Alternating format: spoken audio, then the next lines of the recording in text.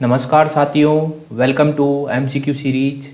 MCQ series का आज 50वां लेक्चर है। क्वेश्चन नंबर फर्स्ट है, निम्नलिखित को सुमेलित कीजिए। एक तरफ युद्ध दे रखे हैं और एक तरफ है किस किस के मध्य ये युद्ध लड़े गए थे।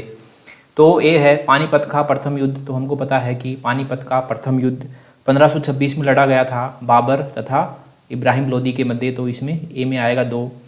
खानवा का युद्ध 1527 में लड़ा गया था बाबर तथा राणा सांगा के मध्य। सी है चंदेरी का युद्ध। तो हमको पता है चंदेरी का युद्ध 1528 में बाबर तथा मेदिनी राय के मध्य लड़ा गया था। और घाघरा का युद्ध 1529 में लड़ा गया था बाबर तथा अफगान सेनाओं के मध्य। ठीक है, तो ए में आएगा 2।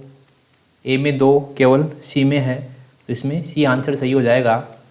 पानीपत का प्रथम युद्ध बाबर व इब्राहिम लोदी के मध्य लड़ा गया था। खानवा का युद्ध बाबर व राणा सांगा के मध्य लड़ा गया था। चंदेरी का युद्ध बाबर तथा मेदिनी राय के मध्य लड़ा गया था। और घाघरा का युद्ध बाबर व अफगान सेना के मध्य लड़ा गया था। ठीक है, क्वेश्चन नंबर 2 है 1857 के विद्रोह से संबंधित क्षेत्रों एवं उनसे जुड़े नेताओं के विषय में निम्नलिखित में से कौन से युग्म सही सुमेलित हैं।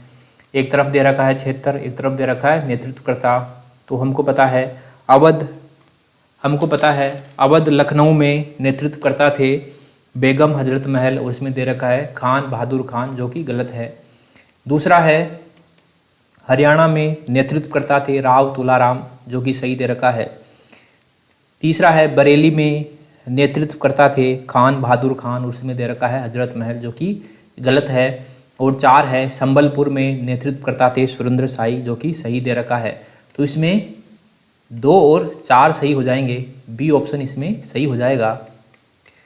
क्वेश्चन नंबर 3 है तत्वबोधिनी सभा का मुख्य उद्देश्य निम्नलिखित में से क्या था। तो हमको पता है कि तत्वबोधिनी सभा की स्थापना देवेंद्र नाथ टैगोर ने 1839 में की थी, और इसका उद्देश्य था वेदांत और उपनिषदों पर आधारित हिंदू धर्म के तर्कसंगत और मानवतावादी रूप को बढ़ावा देना था। इसका उद्देश्य क्या था कि जो वेदांत और उपनिषद पर आधारित जो हिंदू धर्म है उसके तर्कसंगत और मानवतावादी रूप को बढ़ावा देना, इसमें अंधविश्वास को बढ़ावा नहीं देना है।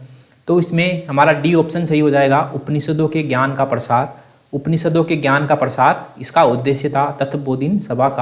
तत्वबोधिनी सभा का उद्देश्य था उपनिषदों के ज्ञान का प्रसार, और इसकी स्थापना देवेंद्र नाथ टैगोर ने की थी 1839 में, 1839 में। ठीक है, क्वेश्चन नंबर 4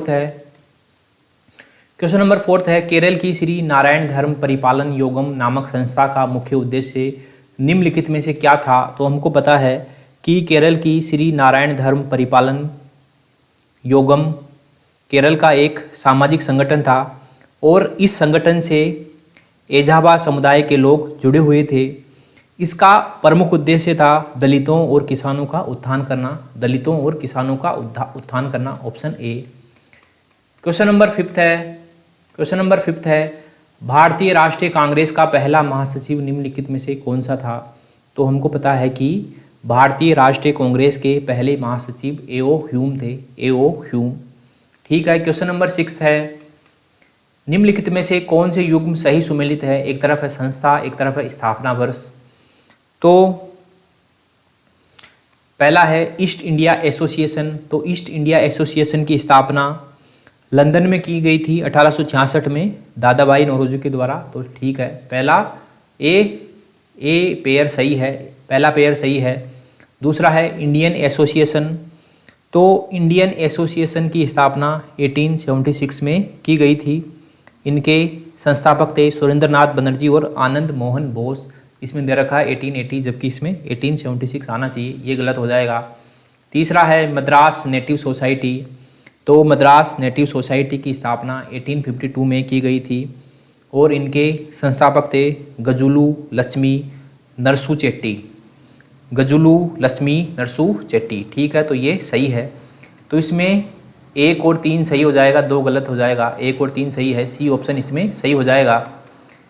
क्वेश्चन नंबर 7 है स्वदेशी आंदोलन औपचारिक रूप से कब शुरू किया गया था। तो हमको पता है कि स्वदेशी आंदोलन 7 अगस्त 1905 को कलकत्ता टाउन हॉल की बैठक में औपचारिक रूप से शुरू किया गया था। 7 अगस्त 1905 को कलकत्ता की टाउन हॉल की बैठक में औपचारिक रूप से शुरू किया गया था।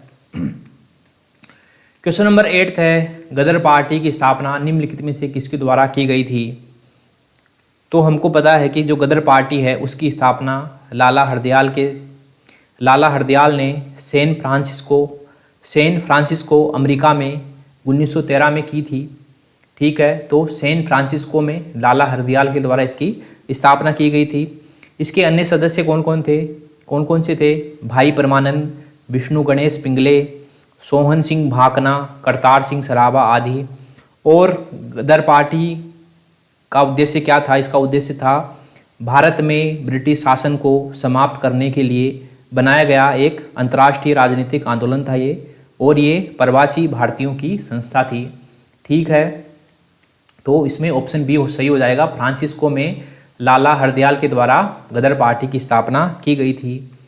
क्वेश्चन नंबर 9 है, निम्नलिखित में से कौन से युग्म सही सुमेलित हैं? एक तरफ है संस्थाएं और एक तरफ है स्थापना वर्ष।